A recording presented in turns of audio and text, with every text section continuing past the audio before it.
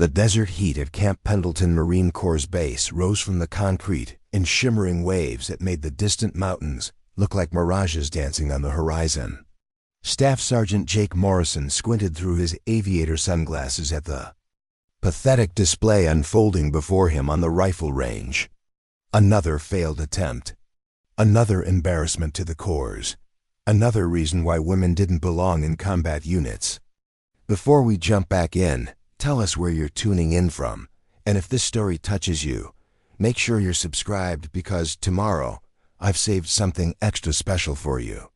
Private First Class Emma Chun stood at firing position 7. Her small frame nearly swallowed by the oversized desert camouflage uniform that hung on her like a child playing dress-up in her father's clothes. At barely 5 feet 3 inches tall and weighing maybe 110 pounds soaking wet, she looked more like a high school student who had wandered onto the base by mistake than a United States Marine. The M4 carbine in her hands appeared. Comically large, the weapon seeming to outweigh the woman holding it. "Chun, what the hell was that supposed to be?" Morrison's voice cut through the morning air like a razor blade, carrying across the firing line with the kind of authority that made seasoned Marines straighten their spines instinctively. "My grandmother could shoot better than that, and she's been dead for 15 years.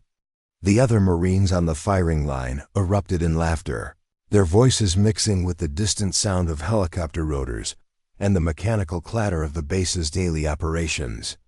Corporal Danny Rodriguez, a stocky Marine from Texas whose father had served 3 tours in Iraq, shook his head in disgust. "Sarge, I don't understand why we're wasting ammunition on this. Everyone knows females can't shoot for shit at a distance." Private Tommy Sullivan, barely 19 years old, but already convinced he was God's gift to the Marine Corps, chimed in with the cruel enthusiasm of youth. "Maybe we should get her a BB gun first. Work her way up to the real weapons." His comment drew another round of laughter from the assembled Marines, their camaraderie built on the shared understanding that some people simply didn't belong in their ranks. Emma's latest shot had missed the target completely, sailing harmlessly into the dirt berm that backed the 500-yard range. It was her 7th consecutive miss of the morning, each one more embarrassing than the last.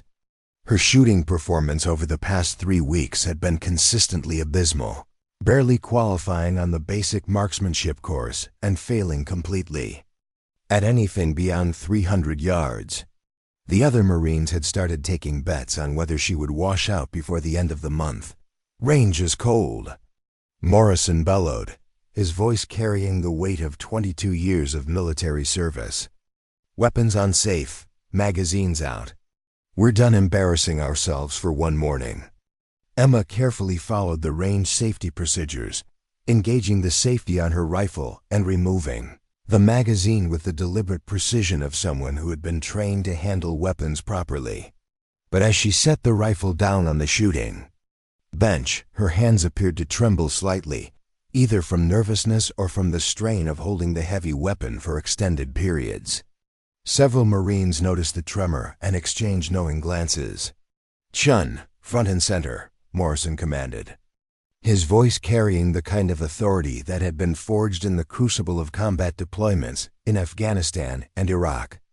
Emma approached with the shuffling gait of someone who knew they were about to be publicly humiliated.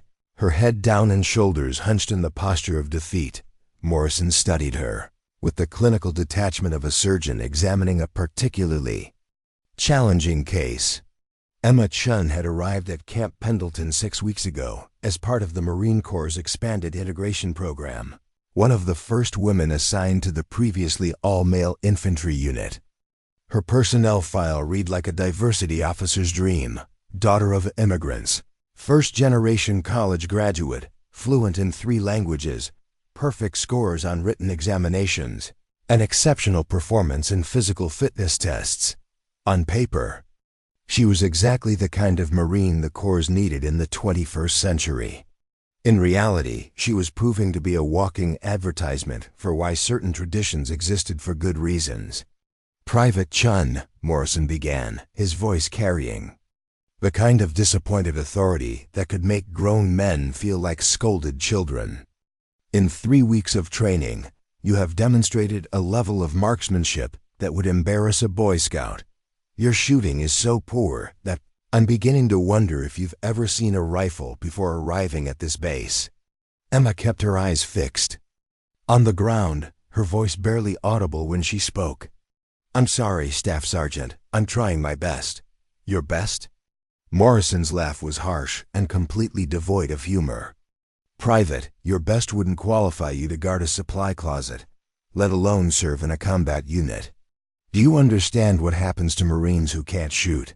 They get other Marines killed. The words hung in the desert air like a death sentence. Around the firing line, the other Marines nodded in agreement. This wasn't about political correctness or equal opportunity. This was about life and death, about the fundamental reality that in combat, there was no participation trophy.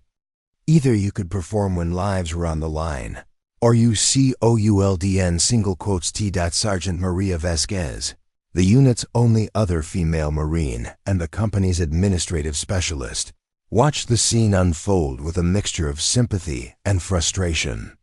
She had worked twice as hard as her male counterparts to earn respect in the corps, and seeing another woman fail so spectacularly felt like a personal setback. The progress that women had made in the military could be undone by high-profile failures like Emma Chun. Sarge, Corporal Rodriguez called out, his voice carrying across the range with casual cruelty. Maybe we should send her to the PX to buy some glasses. Can't hit what you can't see, right? His suggestion drew another round of laughter from the assembled Marines, but Emma's reaction was strange. For just a moment, her head came up and her eyes flashed with something that looked almost like anger. But then it was gone, replaced by the familiar look of defeat and embarrassment. Morrison continued his public dissection of Emma's failures with the relentless precision of a drill instructor breaking down a recruit. Chun, I've been training Marines for 2 decades. I've seen country boys who could shoot the wings off a fly at 1,000 yards. And I've seen city kids who couldn't hit the broadside of a barn from 10 feet away. But I have never, in all my years of service, seen anyone as consistently incompetent with a rifle as you. The assessment was brutal, but appeared to be accurate. Emma's marksmanship scores were the worst in the company's recent history. During qualification shoots, she barely managed to achieve the minimum passing score, and only then with the help of instructors who seemed determined to prevent her from failing outright. At distances beyond 300 yards, she was essentially useless, her shots scattered randomly across the target area with no apparent pattern or improvement. What made her failures even more frustrating was that she seemed to understand the theory perfectly. When questioned about ballistics, wind compensation, or rifle maintenance, Emma could provide textbook-perfect answers. She knew the technical aspects of marksmanship better than Marines with years of experience. But when it came to actually pulling the trigger, something went wrong every single time. Private First Class Kevin Walsh, a Marine from Boston whose older brother had been killed in Fallujah, watched Emma with undisguised contempt. Staff Sergeant, with all due respect, this is exactly why women shouldn't be in combat units. It's not about equality or fairness. It's about capability. And she clearly doesn't have what it takes. Walsh's comment touched on the broader controversy surrounding the integration of women into combat roles. The decision had been politically driven, pushed through despite significant opposition from field commanders who argued that physical and psychological differences made integration problematic. Emma Chun was becoming a living example of those concerns. Morrison nodded grimly at Walsh's assessment. Private Walsh raises a valid point. The Marine Corps isn't a social experiment. We're not here to make political statements or prove points about gender equality. We're here to fight and win America's battles. And right now, Private Chun represents a liability that could get Marines killed. Emma's reaction to the criticism was puzzling to those who bothered to pay attention. Instead of breaking down or becoming defensive, she seemed to absorb the verbal assault with stoic acceptance. Her posture remained defeated, her voice remained quiet and apologetic, but there was something in her eyes that didn't quite match the submissive exterior. It was subtle, barely noticeable, but occasionally there would be a flash of something harder, more calculating. Sergeant First Class Michael Torres, a seasoned Marine with 4 combat deployments, had been observing Emma's training for the past 3 weeks with growing concern. Unlike the younger Marines who seemed to enjoy humiliating her, Torres had seen enough combat to understand that appearances could be deceiving.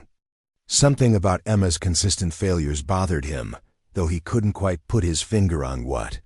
"Chun," Torres called out, his voice less harsh than Morrison's but equally serious. "Walk me through your sight picture on that last shot. Tell me exactly what you saw when you pulled the trigger." Emma looked up at Torres with what appeared to be a grateful surprise that someone was actually trying to help rather than humiliate her. "Sergeant, I had the front sight posts centered in the rear aperture, aligned with the target. I controlled my breathing, took up the slack in the trigger, and squeezed straight back, but when the rifle fired, the shot went wide left." Her description was technically perfect, exactly what any marksmanship instructor would want to hear. But Torres noticed something interesting in her explanation. The level of detail and precision in her analysis suggested someone with far more training than a basic Marine should have. Most Marines, especially new ones, couldn't articulate their shooting process with such technical accuracy. "What about wind compensation?" Torres asked, testing her knowledge further. "The wind was coming from the right at approximately 8 miles per hour, Emma replied without hesitation. "At 500 yards, that should require about 2 minutes of angle adjustment to the left.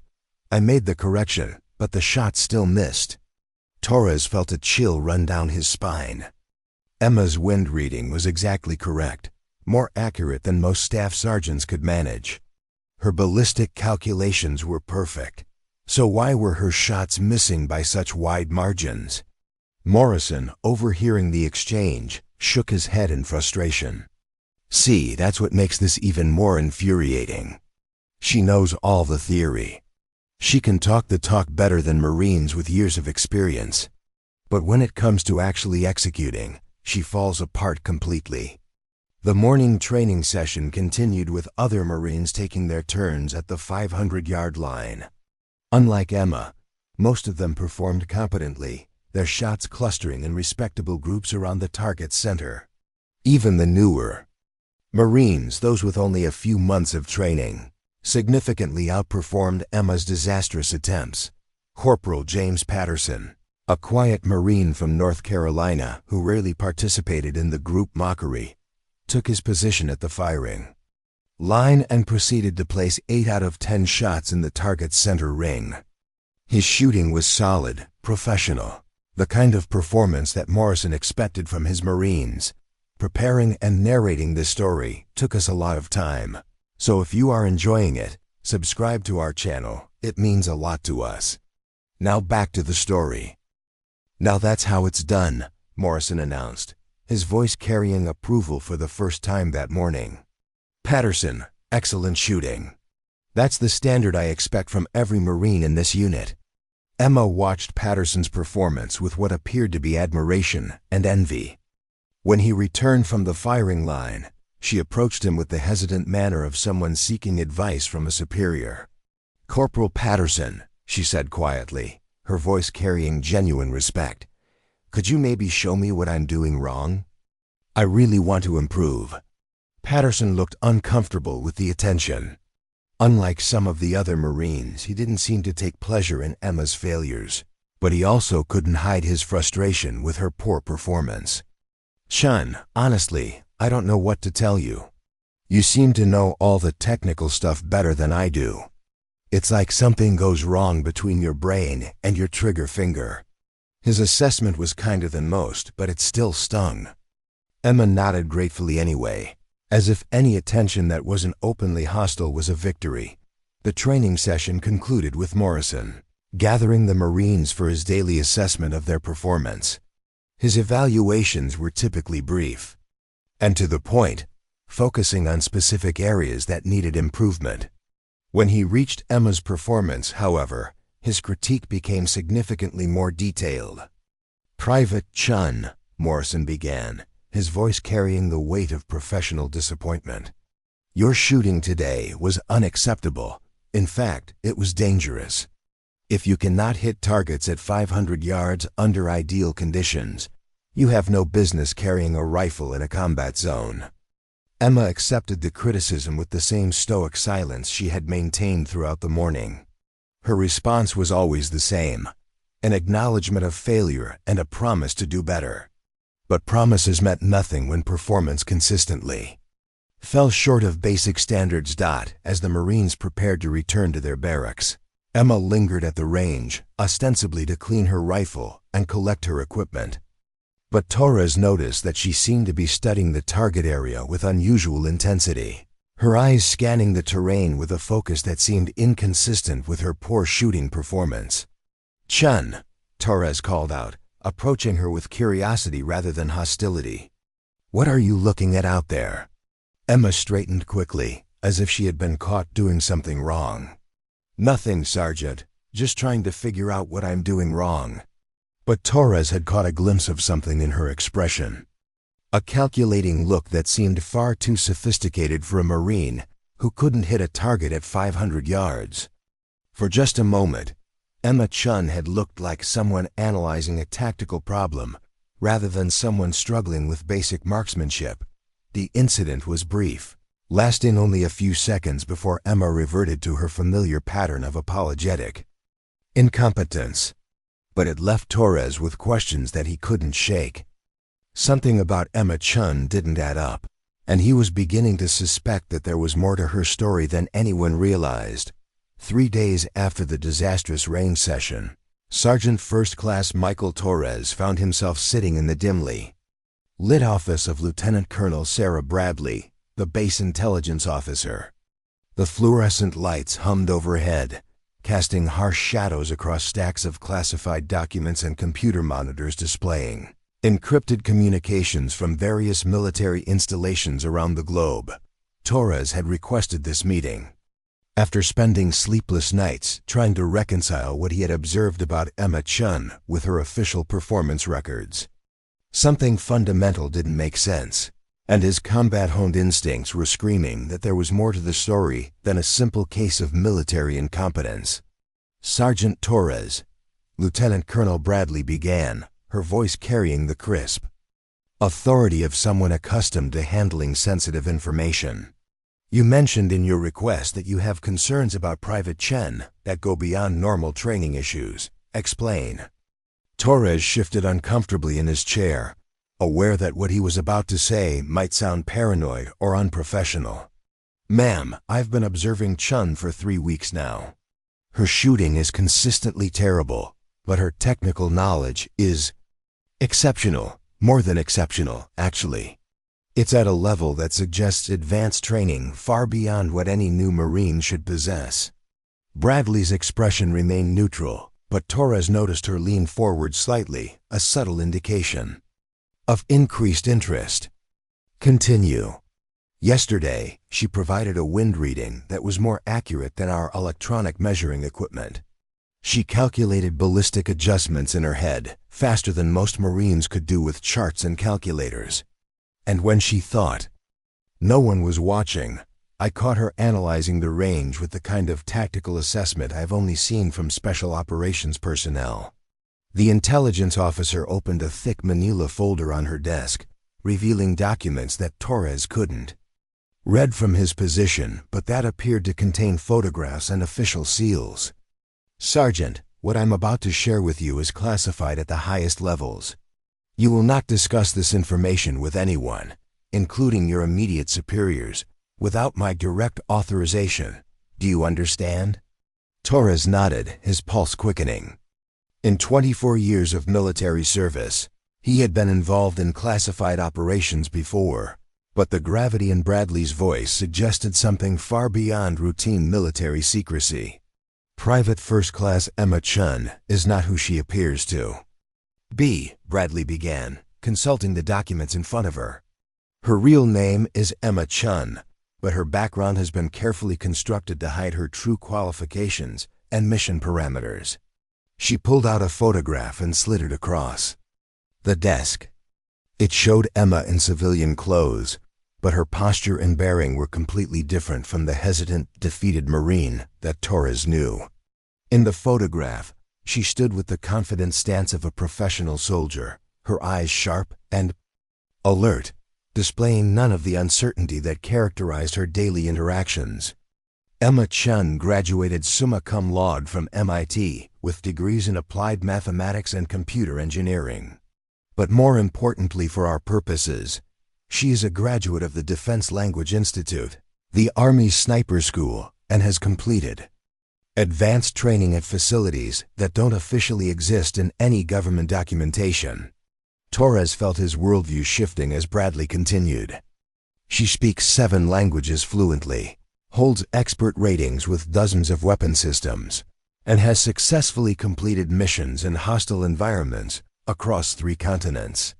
Her shooting accuracy with various rifle platforms has been measured at levels that place her among the top 10 marksmen in the entire United States military. The revelation hit Torres like a physical blow. The woman who couldn't hit a target at 500 yards was actually one of the military's most skilled shooters. The incompetent Marine who struggled with basic equipment was an elite operative with capabilities that exceeded most Special Forces personnel. But why? Torres asked, his voice barely above a whisper. Why is she here pretending to be incompetent? What's her real mission? Bradley closed the folder and fixed Torres with a stare that conveyed the deadly seriousness of what she was about to reveal. 3 months ago, military intelligence discovered evidence of a sophisticated security breach at Camp Pendleton. Classified training methods, personnel files, and operational procedures were being systematically transmitted to hostile foreign agents. She activated a computer monitor, displaying a complex organizational chart that showed connections between various personnel at the base. The breach wasn't the work of a single individual. It was part of a coordinated espionage operation involving multiple personnel across different departments and security levels. Torres studied the chart, recognizing names and faces of Marines he had worked with for years. The scope of the potential conspiracy was staggering, reaching into areas he had never suspected might be compromised. Agent Chun was inserted into the base under deep cover to identify the security breach and gather evidence against the individuals involved. Her apparent incompetence serves 2 purposes. It makes her appear harmless to potential targets, and it provides justification for her to be present in various training scenarios where classified information might be exposed. The intelligence officer pulled up another document, this one showing financial records and communication logs that painted a picture of systematic betrayal. We believe the conspiracy involves the sale of advanced marksmanship techniques, tactical training methods, and personnel psychological profiles of foreign intelligence services. Torres absorbed this information with growing amazement and concern. Emma's terrible shooting wasn't a failure of training or ability. It was a carefully constructed performance designed to maintain her cover while she investigated threats to national security. The individuals involved in this conspiracy are particularly interested in advanced shooting techniques and the psychological methods used to train elite marksmen. Bradley continued. By appearing to struggle with basic marksmanship, Agent Chun has been able to access training sessions, equipment demonstrations, and private conversations that would never have been available to her if her true capabilities were known. She showed Torres surveillance footage from various training sessions, pointing out subtle details that he had missed during the actual events. Watch her eye movements during shooting demonstrations. Notice how she's memorizing details that have nothing to do with her own shooting performance. She's cataloging everything, instructor techniques, equipment specifications, security protocols. In the footage, Torres could see Emma displaying the same analytical focus he had noticed at the range, but now he understood what she had really been doing. While pretending to struggle with her own rifle, she had been conducting surveillance on everyone around her. The foreign agents have been recruiting military personnel through a combination of financial incentives and blackmail, Bradley explained, showing Torres evidence of bank transfers and compromising photographs. Several Marines at this base have been providing information in exchange for money or to prevent embarrassing personal information from being released. The scope of the betrayal was breathtaking. Marines that Torres had served alongside, men he had trusted with his life, were potentially selling out their country for financial gain or to protect their reputations. Agent Chun's mission is to identify every individual involved in this conspiracy and gather sufficient evidence for prosecution. But more immediately, she needs to prevent the transfer of a particularly sensitive piece of information that's scheduled to occur within the next 2 weeks. Bradley pulled up technical diagrams that Torres couldn't fully understand, but that appeared to show advanced military equipment. Foreign agents are attempting to obtain detailed specifications for a new rifle system that provides significant advantages in long-range precision shooting. The technology represents years of research and development, and its compromise would seriously damage American military capabilities. Torres began to understand the complexity of Emma's situation. She had to maintain her cover as an incompetent Marine while simultaneously conducting a sophisticated intelligence operation against trained enemies who would kill her without hesitation if they discovered her true identity. The most challenging aspect of her mission, Bradley continued, is that she must eventually demonstrate her true capabilities to prevent the information transfer. But doing so will necessarily blow her cover and potentially alert the conspiracy members who haven't yet been identified. She showed Torres a timeline that indicated the operation was approaching its critical phase. Within the next week, the foreign agents will attempt to complete their intelligence gathering. Agent Chun will need to transition from passive surveillance to active intervention, which means her performance as an incompetent Marine is about to come to an end. Torres realized that he was being briefed not just as a courtesy, but because his role in the upcoming operation would be crucial. "Ma'am, what do you need from me?" "Agent Chun has identified you as the one person in her unit who might have suspected that something wasn't quite right about her situation. Your combat experience and observational skills make you valuable as a potential ally when the situation becomes active." Bradley handed him a secure communication device, small enough to be concealed in his standard equipment. "When Agent Chun's cover is blown, and it will be blown very soon, she need backup from someone who understands the real situation. Someone who can provide cover and support without asking questions or hesitating when the shooting starts." The weight of responsibility settled on Torres' shoulders. He was being asked to support an operation that could result in armed conflict with other Marines, men he had served alongside and considered brothers. But the alternative was allowing foreign enemies to steal military secrets that could be used against American forces. "There's one more thing you need to understand," Bradley said, her voice dropping to barely above a whisper. "The reason Agent Chun's shooting appears so consistently poor isn't just because she's missing intentionally. The rifle she's been assigned has been deliberately sabotaged by someone within the conspiracy." Torres felt a chill run down his spine. The implications were terrifying. Not only were conspiracy members stealing information, they were actively sabotaging equipment to ensure that Emma's cover remained intact. But that also meant they were suspicious enough of her to take active measures. The sabotage has been subtle, designed to cause misses without creating obvious mechanical failures that would be detected during routine inspections. But it also means that the conspiracy members are more aware of Agent Chun than we initially believed. Bradley showed him photographs of Emma's rifle, highlighting modifications that were nearly invisible, but that would significantly affect accuracy. Someone with advanced technical knowledge has been adjusting her rifle between training sessions, ensuring that her shots miss regardless of her actual skill level.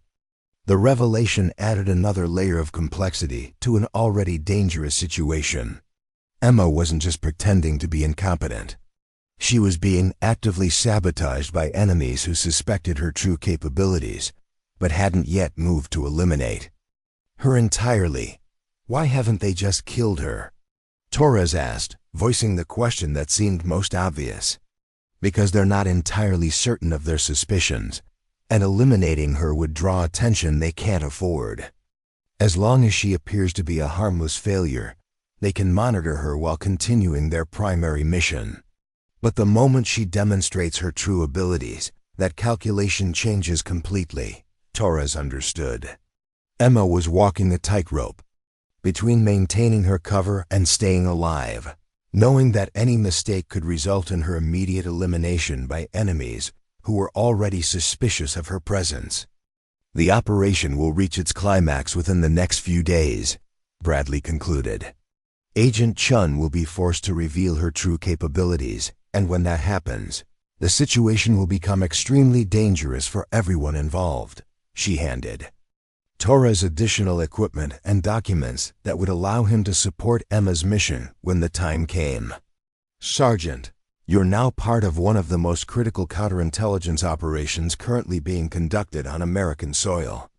Lives depend on its success, and failure could compromise national security for years to come.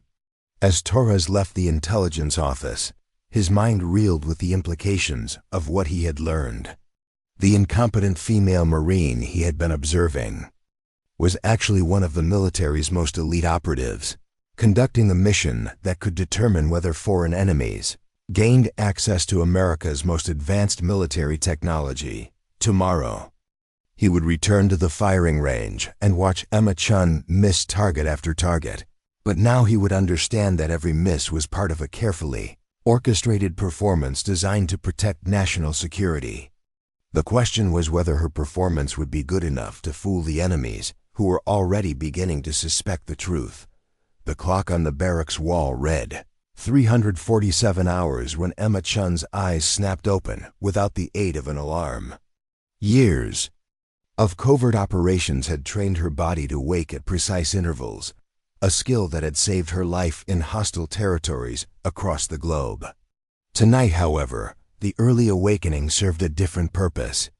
Intelligence intercepts had indicated that a crucial meeting between conspiracy members was scheduled for dawn in Building 47, an abandoned maintenance facility on the far edge of the base perimeter.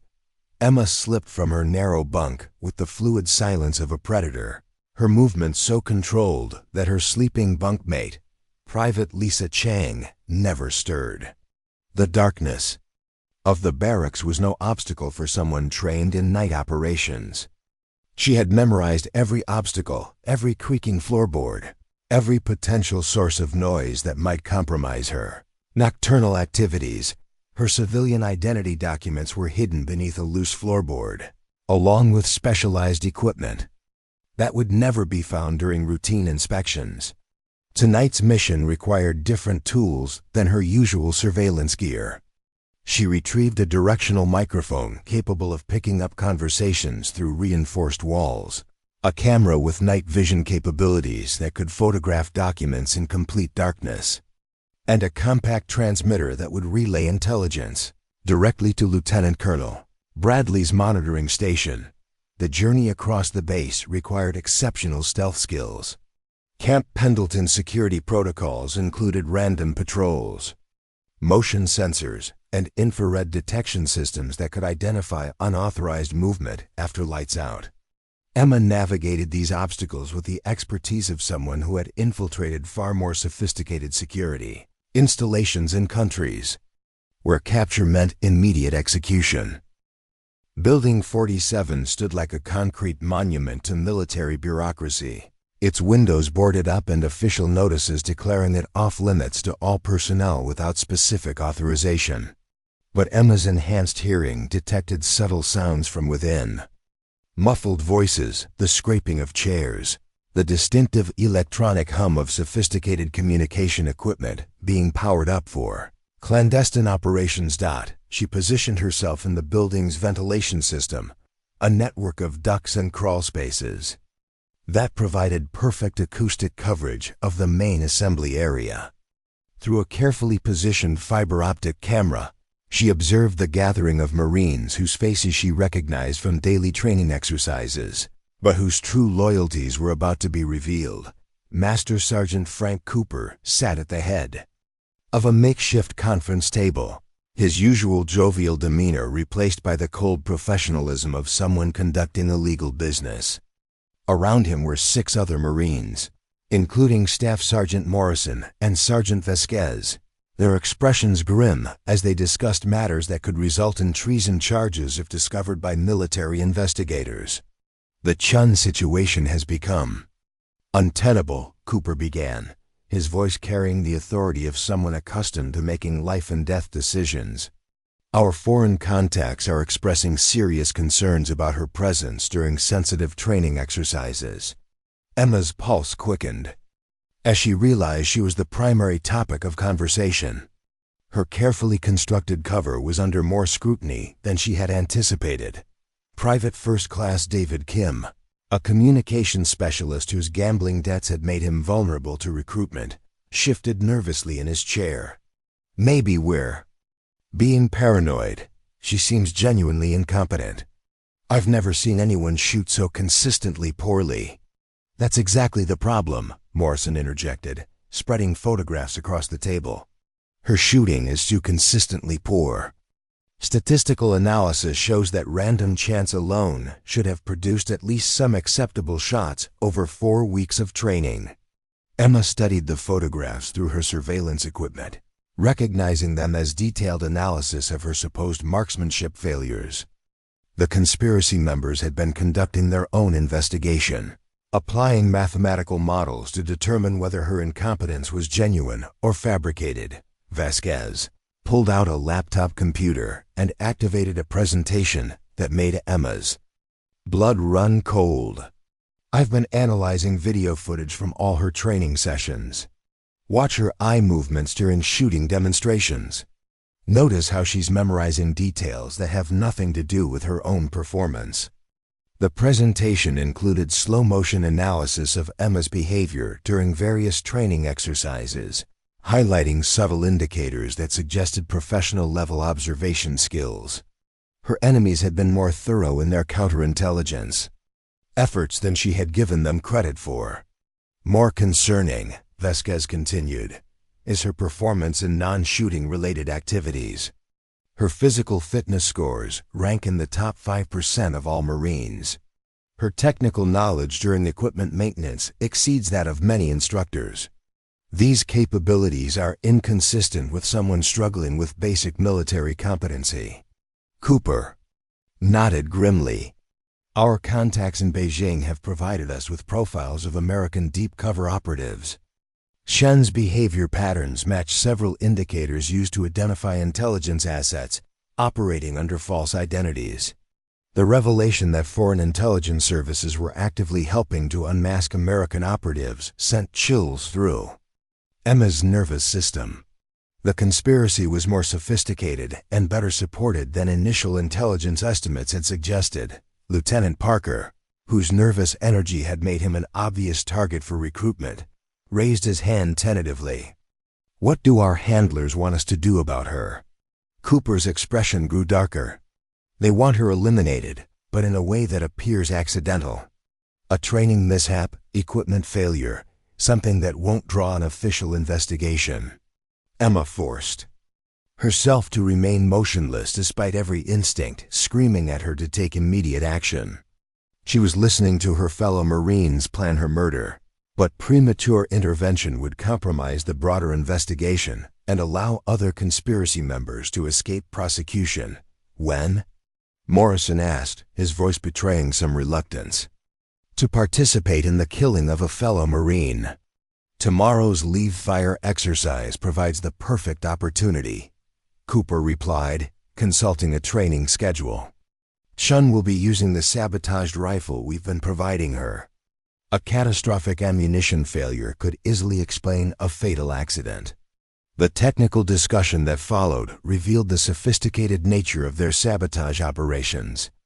Emma's rifle had been modified with precision engineering that would cause it to explode when firing specific ammunition types.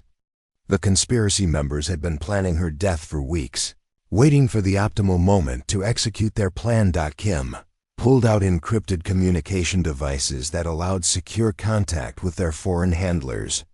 Should I confirm the timeline? With our contacts? Affirmative, Cooper responded.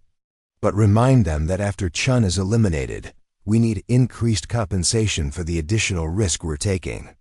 Dead American operatives tend to trigger intensive investigations. Emma realized that her situation had become exponentially more dangerous. Not only was her cover blown, but her enemies were planning to murder her within 18 hours. She needed to accelerate her mission timeline and transition from passive surveillance to active countermeasures immediately. The meeting continued, with detailed planning for the technology transfer that would occur after Emma's elimination.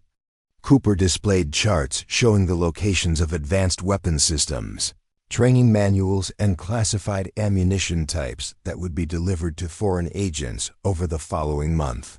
The psychological warfare techniques we obtained from the advanced marksmanship programs have been particularly valuable, Vasquez reported, consulting financial records that showed payments from overseas accounts.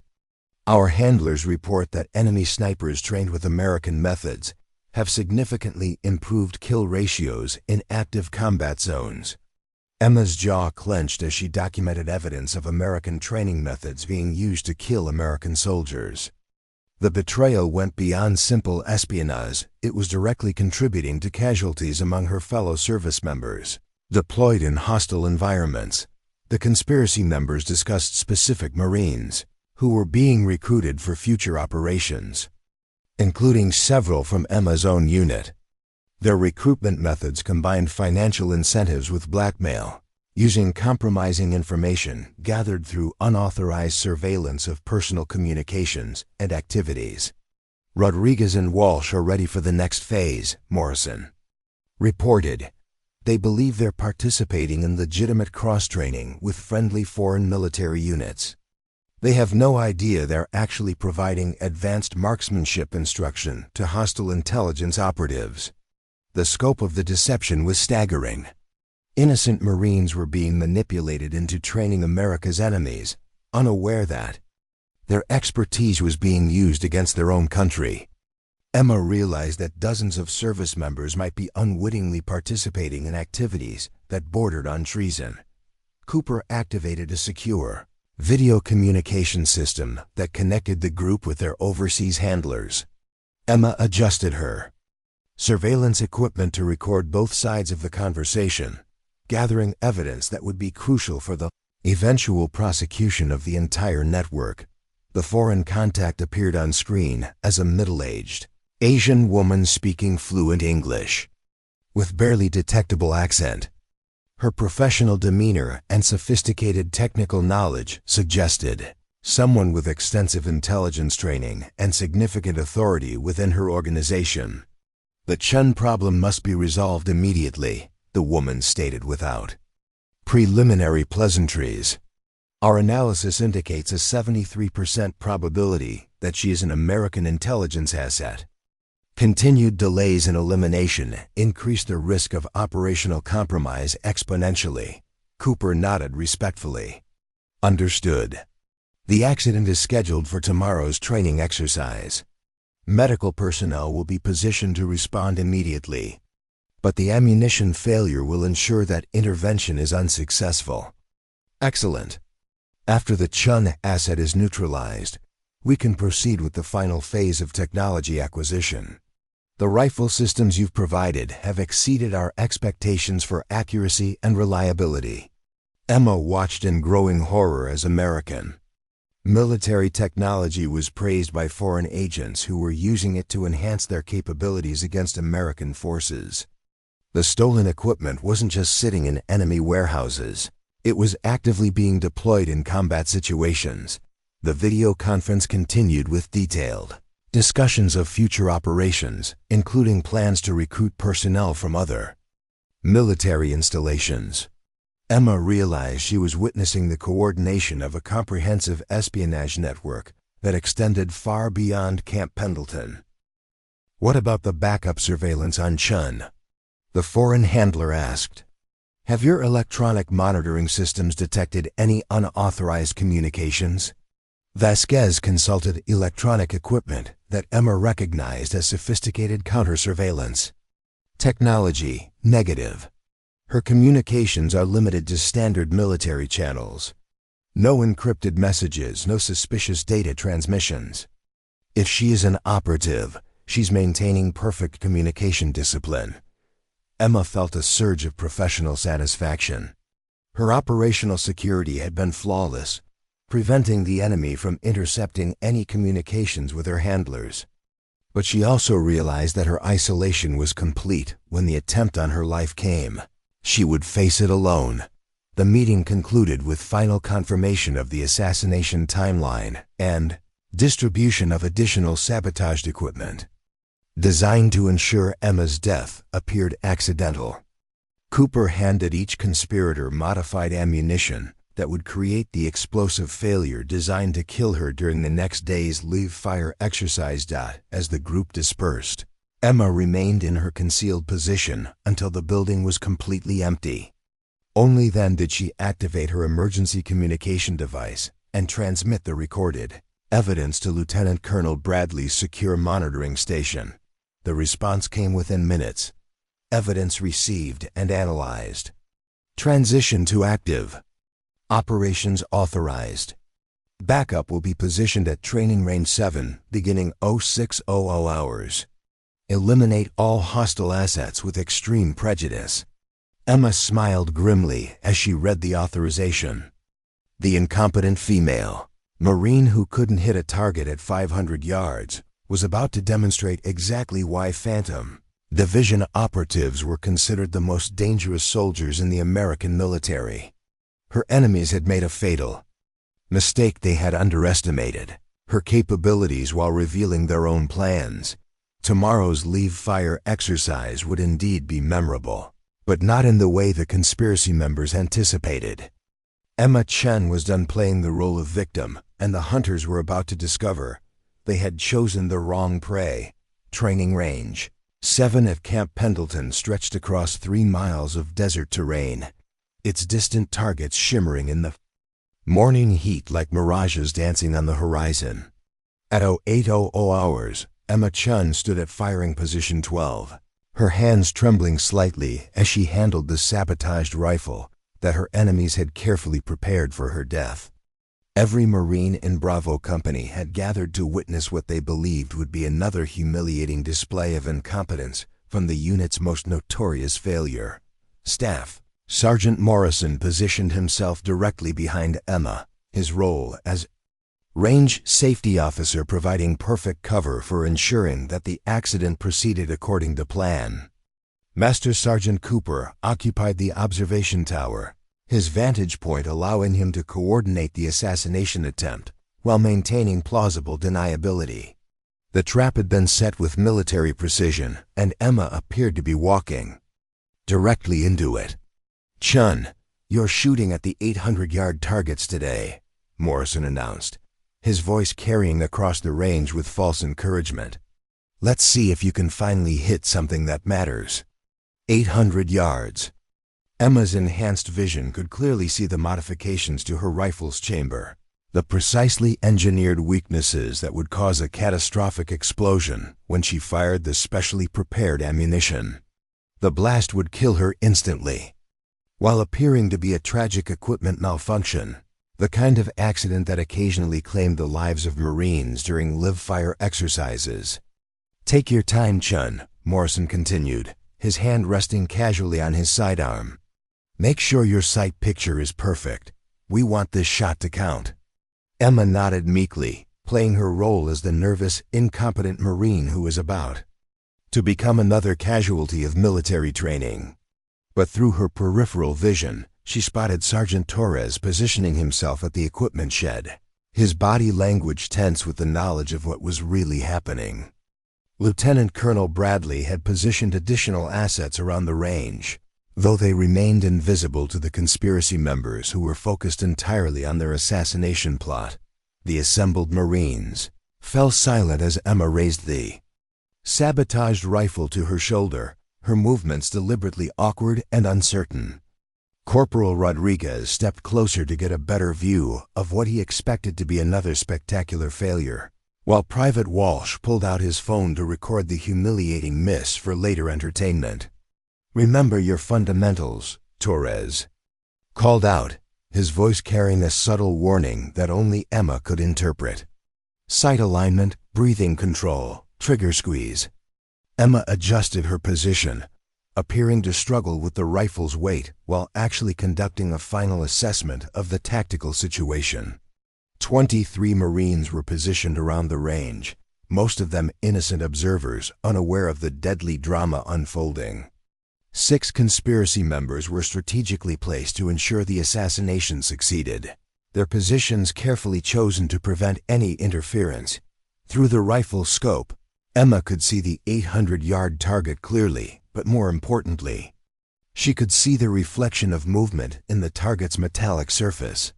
Additional personnel were approaching the range from the north, their tactical formation indicating hostile intent. The conspiracy members had arranged for backup support, probably foreign operatives disguised as base maintenance personnel. "Whenever you're ready, Chun," Morrison said, his voice tight with anticipation. "Take the shot." Emma's finger moved to the trigger, but instead of the expected failure, she executed a maneuver that had been perfected through years of combat operations. In one fluid motion, she pivoted away from the target, ejected the sabotaged ammunition, and loaded a round from her personal supply ammunition that had been tested and certified by Lieutenant Colonel Bradley's technical specialists. The movement was so fast and unexpected that Morrison didn't have time to react before Emma's rifle was pointed directly at his center mass. Her transformation from bumbling incompetent to lethal professional was instantaneous and absolutely terrifying. "Staff Sergeant Morrison," Emma said, her voice carrying none of the uncertainty that had characterized her previous communications. "I strongly recommend that you step away from your sidearm and place your hands where I can see them."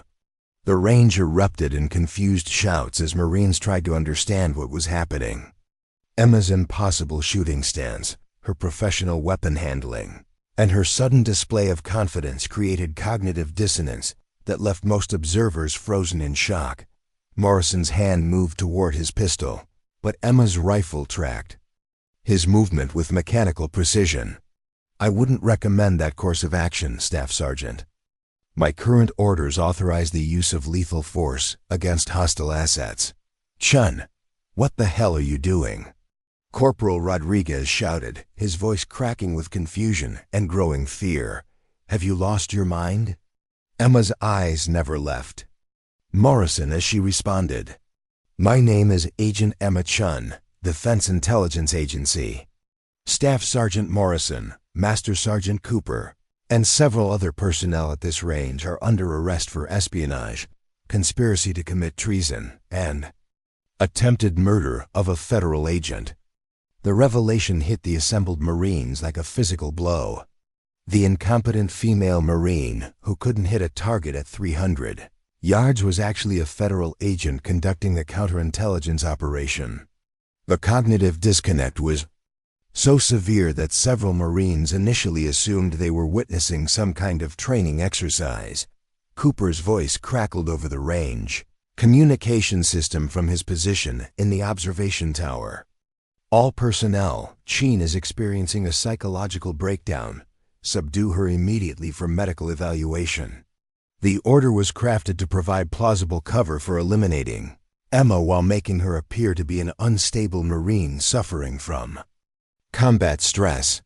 Several Marines began moving toward her position, genuinely believing they were helping a fellow service member who had snapped under pressure. "Stand down," Torres shouted, producing his own weapon and positioning himself to support Emma. This is an authorized federal law enforcement operation. Anyone who interferes will be arrested as an accessory to treason. The standoff escalated rapidly as Marines chose sides based on incomplete information and personal loyalties. Those who trusted Torres and recognized the authority in Emma's transformation supported the operation, while others followed Cooper's orders and prepared to subdue what they believed was a dangerous, unstable Marine. Emma's tactical training took over as she assessed the deteriorating situation. Multiple threats from different directions, innocent personnel in the line of fire, and hostile assets attempting to escape or coordinate counterattacks. The kind of complex engagement that required split-second decisions with national security. Implications. "Master Sergeant Cooper," Emma called out, her voice carrying across the range with absolute authority. "You have 30 seconds to surrender yourself and provide the locations of all stolen military technology. After that, I will consider you an active enemy combatant." Cooper's response came in the form of rifle fire from the observation tower. His shots aimed at Emma's position with the accuracy of a trained marksman. The bullets impacted the ground around her feet, kicking up clouds of dust and forcing nearby Marines to dive for cover. Emma's return fire was devastating in its precision. Her first shot shattered the bulletproof glass of the observation tower. Her second disabled Cooper's rifle, and her third would have killed him if her orders hadn't specified capture over. Elimination. The display of marksmanship was so extraordinary that several Marines forgot about the tactical situation and simply stared in amazement. "Holy shit," Private Walsh whispered, his voice barely audible over the echoing gunshots. "Did you see that? She just made 3 impossible shots in less than 5 seconds. The demonstration of Emma's true capabilities had the desired psychological effect. Marines who had been preparing to subdue her suddenly realized they were facing someone with skills far beyond anything they had witnessed in conventional military training. The bumbling incompetent had been replaced by a professional killer, whose accuracy defied human limitations. Morrison attempted to rally the conspiracy members with coded commands transmitted through their secure communication devices, but Emma's enhanced hearing allowed her to intercept and decode their tactical coordination. She began systematically eliminating their ability to communicate by targeting their electronic equipment with shots that destroyed circuitry without harming personnel. "Vasquez, initiate Protocol 7, Morrison commanded, his voice desperate as he realized the assassination plot had failed catastrophically. Protocol 7, Emma knew from her intelligence briefings, was the conspiracy's emergency plan for eliminating evidence and personnel who could compromise their foreign handlers. Vasquez activated explosive charges that had been pre-positioned around the range, devices designed to kill all witnesses and destroy evidence of the espionage operation. Emma's tactical computer, a device disguised as standard Marine Corps equipment, immediately detected the electronic signatures of the explosive devices and calculated their positions based on electromagnetic emissions. She had approximately 90 seconds before detonation would kill everyone at the range.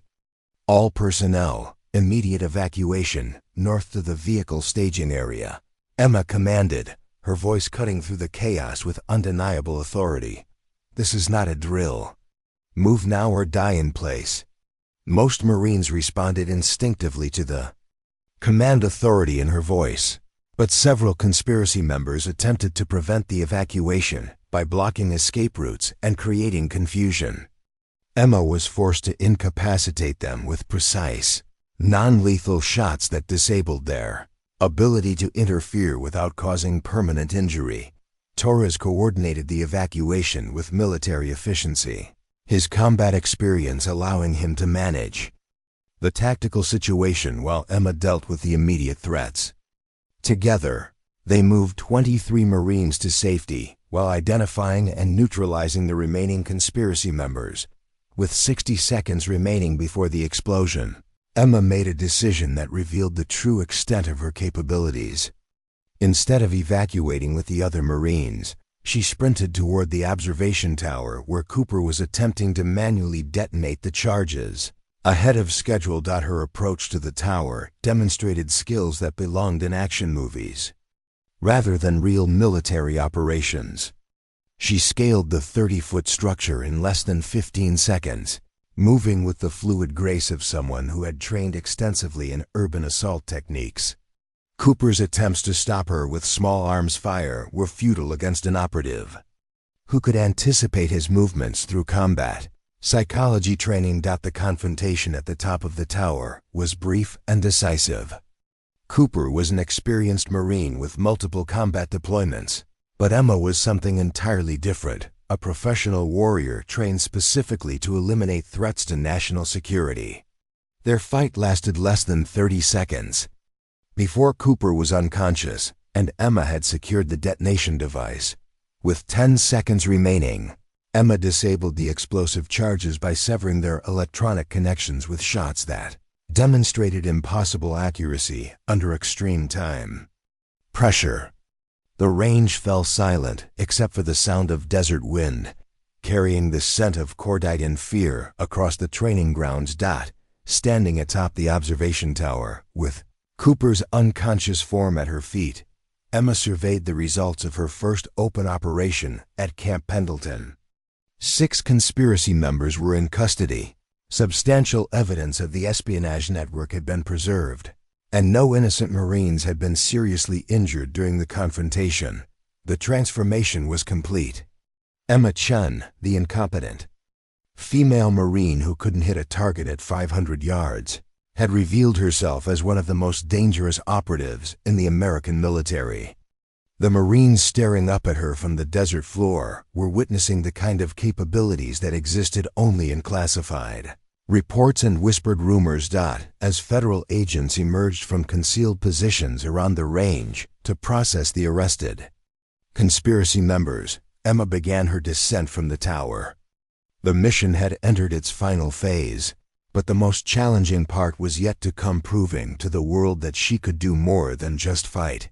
Tomorrow, she would demonstrate marksmanship skills that would rewrite the record books and forever change how the Marine Corps viewed the capabilities of its personnel. The hunt was over, but the legend was just beginning.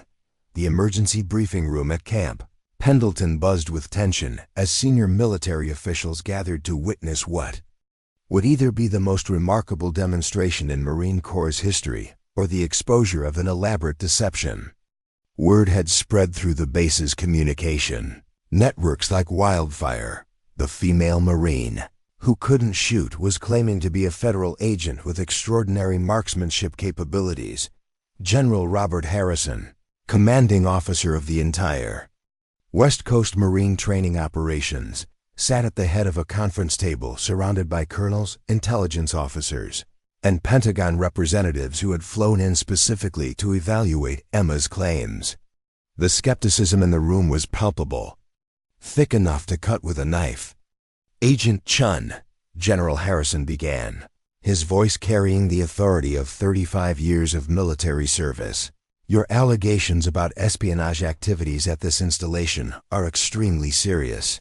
But frankly, your shooting performance over the past month makes it difficult to believe you possess the capabilities you claim."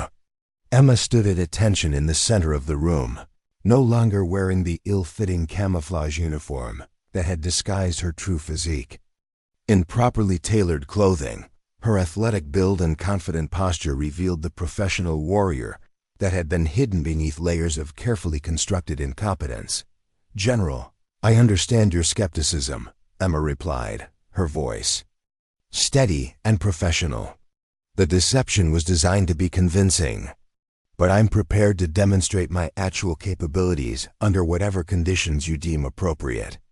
Colonel Patricia Martinez, the base's chief training officer, leaned forward with obvious doubt. "Agent Chun, we have documented evidence of your shooting performance over 4 weeks of training. Your accuracy scores rank in the bottom 5% of all Marines who have ever qualified at this facility. She activated a wall-mounted display showing Emma's official marksmanship records, missed shots, failed qualifications, and consistently poor performance across every metric used to evaluate shooting proficiency. The data was damning and apparently irrefutable. Those records reflect my performance with sabotaged equipment provided by the conspiracy members, Emma explained, producing a detailed technical report prepared by military engineers. Analysis of my assigned rifle revealed 17 separate modifications designed to ensure shooting failures while appearing to be normal equipment malfunctions. The technical documentation was comprehensive, showing microscopic alterations to the rifle's barrel, firing pin, and trigger mechanism that would cause shots to miss regardless of the shooter's skill level. The sophistication of the sabotage impressed even the senior military engineers in the room. Lieutenant Colonel Bradley entered the briefing room, carrying additional classified documents that painted a fuller picture of the conspiracy's scope and Emma's true background. Gentlemen, what you're about to witness has been classified at the highest levels of national security. Agent Chun's actual capabilities are unprecedented. She distributed personnel files that revealed Emma's real training history, graduation from multiple elite military schools, combat operations in classified theaters, and marksmanship scores that exceeded the performance of the military's best snipers. The documentation was authenticated with security clearances that few people in the room had ever seen. "This is impossible," Colonel Martinez protested, studying the files with growing amazement. "According to these records, Agent Chun has achieved shooting accuracy that violates the known limitations of human performance and equipment capabilities." Bradley nodded gravely, which is exactly why her cover as an incompetent Marine was so effective. No one would suspect that someone shooting that poorly could actually be one of the most accurate marksmen in military history. General Harrison examined the classified performance data with the careful attention of someone whose decisions affected thousands of lives. Emma's actual scores showed accuracy percentages that seemed to belong in the realm of science fiction rather than military reality. "Agent Chun," the general said finally, "I'm prepared to authorize a demonstration, but under conditions that will definitively prove or disprove your claims. Are you willing to attempt shots that no female Marine has ever successfully completed?" Emma's response was immediate and confident. "Yes, sir. I'm prepared to exceed any standard you establish." The challenge was set for 1,400 hours at the base's most demanding shooting range, a facility designed to test the absolute limits of human marksmanship capabilities. The course included targets at distances exceeding 1,200 yards, environmental conditions that included crosswinds and variable lighting, and shooting positions that required extraordinary physical strength and stability. News of the demonstration spread throughout Camp Pendleton with unprecedented speed. Marines abandoned their regular duties to witness what was being called either the most spectacular failure or the most remarkable achievement in the base's history. The betting odds heavily favored spectacular failure, with most Marines convinced that Emma's claims were the delusions of someone who had suffered a psychological breakdown. At 13:55 hours, Emma arrived at the advanced marksmanship range, accompanied by Lieutenant Colonel Bradley and a technical team responsible for verifying that no deception was involved in the demonstration.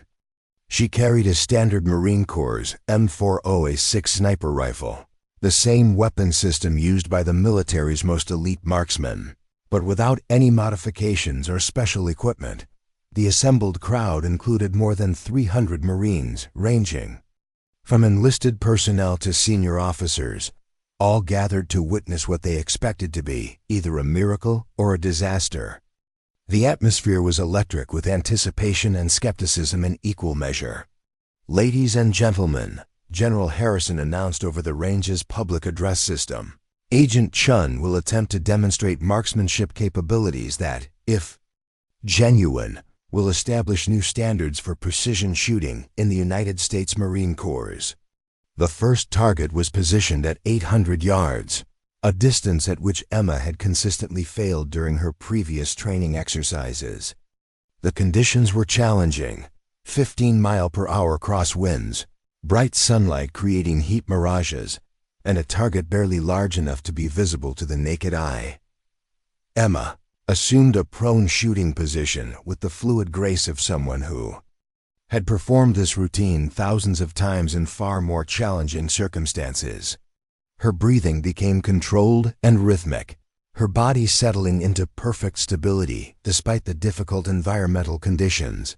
Through the rifle's scope, the target appeared as a small circle dancing in the heat waves rising from the desert floor. Emma's training allowed her to calculate wind compensation, atmospheric pressure effects, and bullet trajectory with computer-like precision. But more importantly, she possessed the rare combination of physical skills and mental discipline required to execute shots at the very limits of human capability. Her first shot rang out across the range, the sound echoing off distant hills like thunder. Through high-powered spotting scopes, observers watched the bullet impact exactly in the center of the target, a hit so precise that it seemed impossible given the environmental conditions. The crowd fell silent, the implications of what they had witnessed slowly sinking in. Emma Chun, the Marine who had missed targets at 300 yards just days earlier, had just achieved perfect accuracy at 800 yards under extremely challenging conditions. "Possible lucky shot," Colonel Martinez muttered, though her voice lacked conviction. "Let's see if she can repeat it." The second target was positioned at 1,000 yards, a distance that challenged even the military's most experienced snipers.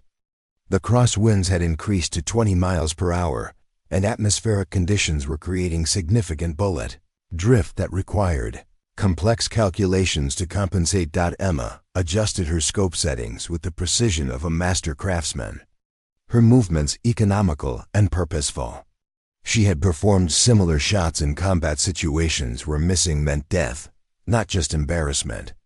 The muscle memory of countless hours of training took over as she aligned her sight picture and controlled her breathing. The second shot was even more impressive than the first. Despite the increased distance and worsening conditions, the bullet struck the center of the target with mechanical precision. The spotting team confirmed a perfect hit, their voices betraying amazement that bordered on disbelief. Private Walsh, who had mocked Emma's shooting for weeks, stared through binoculars with his mouth hanging open in shock. "That's not humanly possible.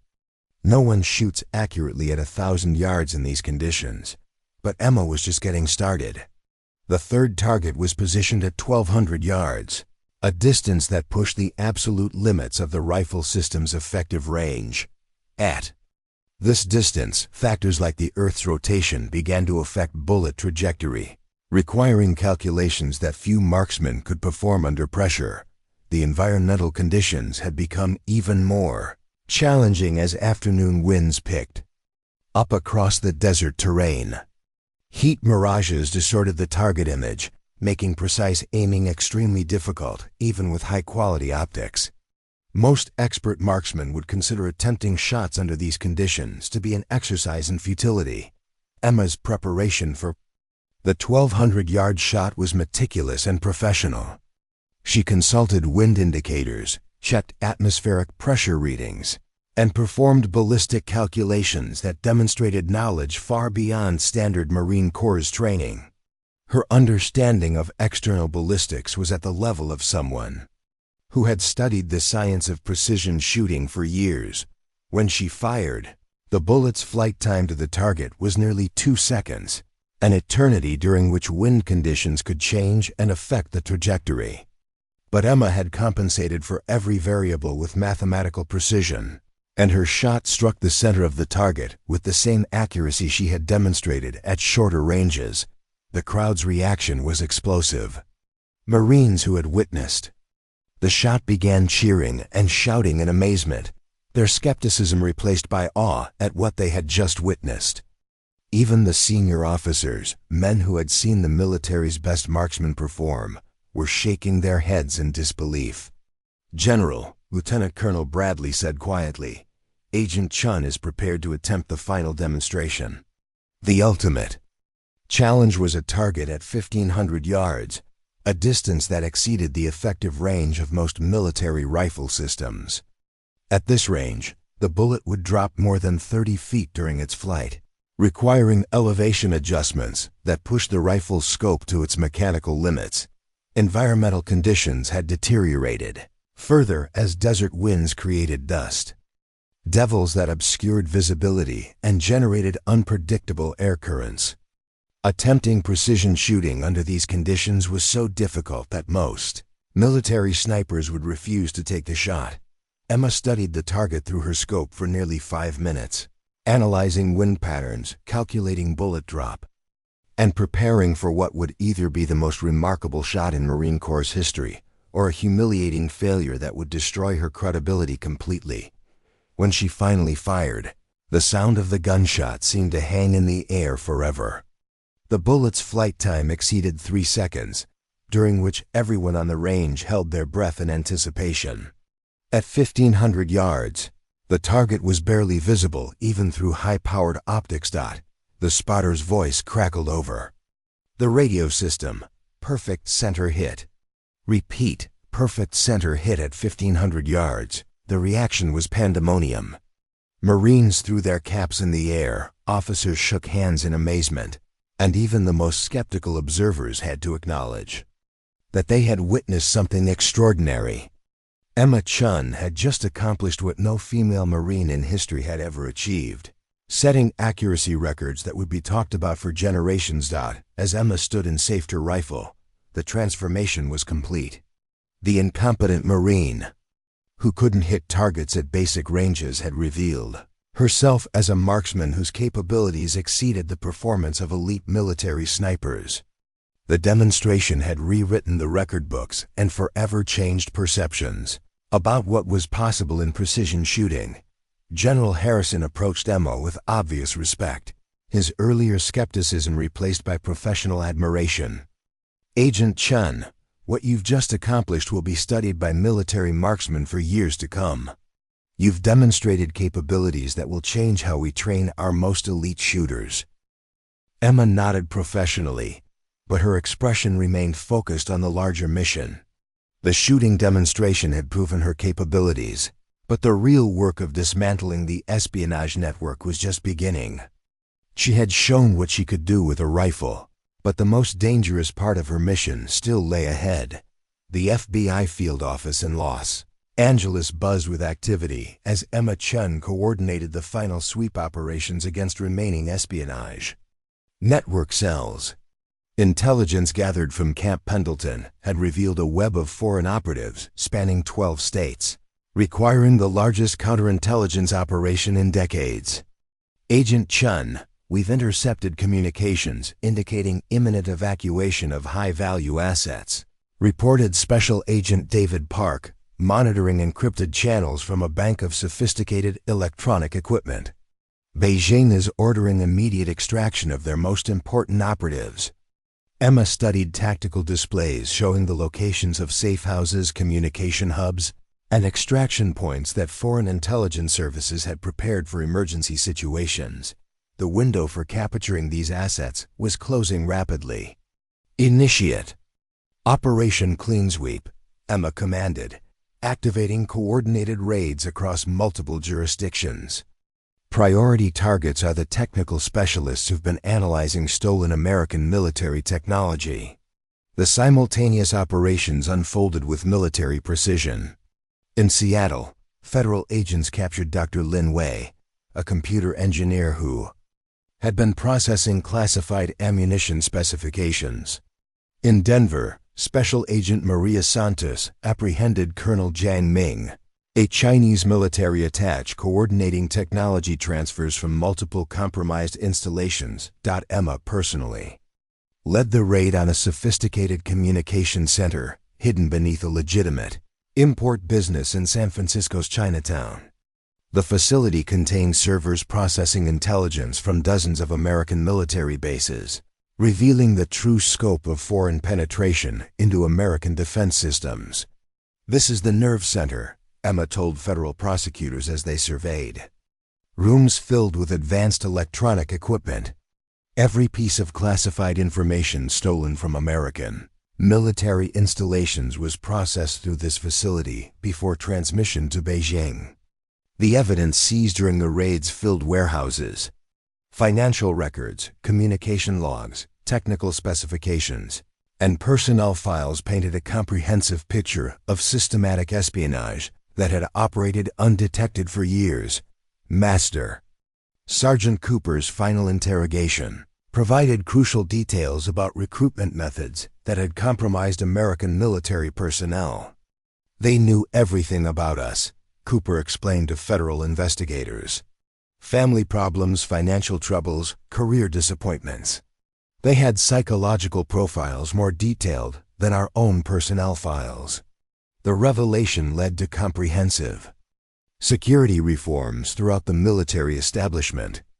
New screening procedures, enhanced family support services, and improved financial assistance programs addressed vulnerabilities that foreign agents had systematically exploited. Emma testified before closed sessions of Congress about the institutional changes needed to prevent similar compromises. "Senators, this conspiracy succeeded because dedicated Americans were placed in impossible situations where cooperation with foreign agents seemed like the only solution to desperate problems." Her recommendations resulted in legislation providing emergency financial assistance for military families facing medical crises, expanded mental health services, and streamlined procedures for personnel requesting help with personal emergencies. Final prosecutions concluded with sentences that reflected each defendant's level of cooperation and the damage their actions had caused. Foreign operatives received life imprisonment, while compromised American personnel faced terms ranging from 15 to 40 years, based on their involvement and assistance with ongoing investigations. Emma's role in dismantling the network established her reputation as one of the intelligence community's most effective counterespionage specialists. But the personal cost remained significant: months of psychological stress, the burden of sending Americans to prison, and the isolation required for maintaining operational security. 5 years after the Camp Pendleton investigation, Emma Chun stood before the United Nations Security Council, briefing international representatives about transnational espionage threats targeting military installations worldwide. Her expertise had become crucial for understanding sophisticated intelligence operations that transcended national boundaries. "Distinguished delegates," Emma addressed the assembly, "the threats we identified in American military installations represent a global phenomena affecting allied nations worldwide. Foreign intelligence services are conducting systematic recruitment operations targeting military personnel in vulnerable situations." The briefing included declassified evidence from operations she had conducted in multiple countries, revealing patterns of espionage that threatened international security cooperation. Her investigation techniques had been adopted by intelligence services across NATO member nations. British Intelligence Director Sir James Crawford requested specific information about detection methods. "Agent Chun, how can allied nations identify similar penetration attempts before they compromise operational security?" Emma's response drew on years of experience investigating foreign recruitment operations. Director Crawford, "The key indicators are institutional vulnerabilities that create desperation among military personnel, medical emergencies, financial crises, and family problems that exceed official support systems."